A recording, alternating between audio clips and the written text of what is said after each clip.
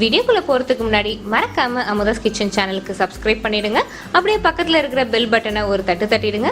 அப்போதான் நாங்க அப்லோட் பண்ற எல்லா புது வீடியோஸும் உங்களை உடனே வந்து சேரும். இன்னைக்கு நம்ம கிச்சன்ல கொஞ்சம் டிஃப்ரெண்டா ஐஸ்கிரீமை எப்படி நல்லா மொறு மொறுன்னு செஞ்சு சாப்பிடுறதுன்னு பார்க்கலாம். இதுக்கு தேவையான பொருட்கள் பட்டர், ஐஸ்கிரீம், பிரெட் கிரம்ஸ். ஏற்கனவே நம்ம கிச்சன்ல வீட்ல எப்படி மிக்ஸி ஜார்ல இல்லனா எலக்ட்ரிக் பீட்டர் வச்சு சிம்பிளா ஐஸ்கிரீம் செய்யறதுன்னு பார்த்திருக்கோம். இந்த ஐஸ்கிரீம் நகட்ஸ்க்கு வீட்ல செஞ்ச எந்த ஃபிளேவர் ஐஸ்கிரீம் இல்லனா கடையில வாங்கின ஐஸ்கிரீம் பயன்படுத்திக்கலாம். நான் வீட்ல செஞ்ச ஸ்ட்ராபெரி ஐஸ்கிரீம் எடுத்திருக்கேன். சமையல்ல பயன்படுத்துற மெஷர்மெண்ட் ஸ்பூன் இருக்கு இல்லையா, அதுல இருக்க 1 டேபிள் ஸ்பூன்ல ஐஸ்கிரீம் எடுத்துக்கலாம். நல்ல ரவுண்ட் ஷேப்ல இருக்கிற எந்த குழி கரண்டி வேணாலும் பயன்படுத்திக்கலாம். பட்டர் பேப்பர்ல ஐஸ்கிரீமை வச்சிடலாம். அதே மாதிரி எல்லாத்தையும் வச்சிடலாம். 2 ஹார்ஸ்க்கு ஐஸ்கிரீமை ஃப்ரிட்ஜ்ல வச்சு எடுத்துக்கலாம். ஐஸ்கிரீம் பால்ஸை கோட் பண்றதுக்கு 2 டேபிள் ஸ்பூன் பட்டர். பட்டர்லாம் நல்லா மெல்ட் ஆகட்டும். 1/2 கப் பிரெட் கிரம்ஸ்.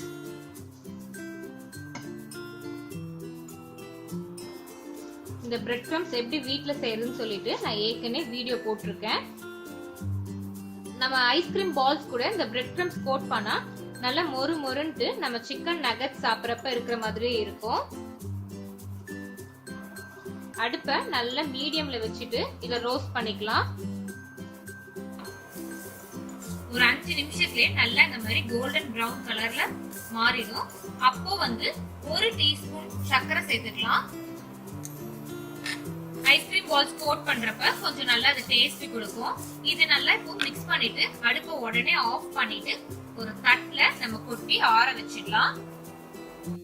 நல்லா ஆற வச்சிடணும்.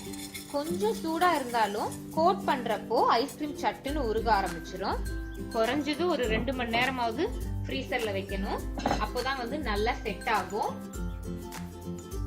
இப்போ இதை எடுத்து நம்ம கோட் பண்ணிடலாம். அடியில நம்ம பட்டர் பேப்பர் போட்டனால நமக்கு ஈஸியா எடுக்க வரும். இத கோட் பண்றப்போ கடகடன்னு சீக்கிரமா எல்லாத்தையும் பிரட்டி எடுத்துக்கணும். இல்லனா ஐஸ்கிரீம் கை சூடா இருக்கிறதுனால உருக ஆரம்பிச்சிடும். அதே மாதிரி ஃபர்ஸ்ட் ஒரு கை வச்சு ஐஸ்கிரீமை கோட் பண்ணிக்கலாம். இந்த மாதிரி அப்போதான் அதோட ஷேப் ரொம்ப அழுந்திடாம அப்படியே இருக்கும். நல்லா கோட் பண்ணதுக்கு அப்புறம் செகண்ட் கோட்டிங் அப்போ 2 கை வச்சு லைட்டா பிரஸ் பண்ணி எடுத்துக்கலாம். இந்த மாதிரி அகலமா இருக்கிற ஸ்பூன் இல்லனா கொஞ்சம் பிளாட்டா இருக்கிற ஸ்பூன் வச்சு இந்த பிளேட்ல இருந்து மாத்தி வச்சிடலாம். அதே மாதிரி மத்த எல்லாத்தையும் கோட் பண்ணி எடுத்துக்கலாம். இன்னும் கொஞ்சம் டேஸ்டா இருக்க விப்டு கிரீம், அப்புறம் பார்க்க இன்னும் அழகா இருக்க அது மேல ஒரு செரி. அவ்வளவுதான், நல்ல மொறு மொறுன்னு ஐஸ்கிரீம் நகட்ஸ் தயாராயிடுச்சு. இந்த சம்மருக்கு நீங்களும் உங்க வீட்ல இதை ட்ரை பண்ணிட்டு உங்களுக்கு எப்படி வந்துச்சு அப்படிங்கறத மறக்காம எனக்கு கமெண்ட்ஸ்ல சொல்லுங்க.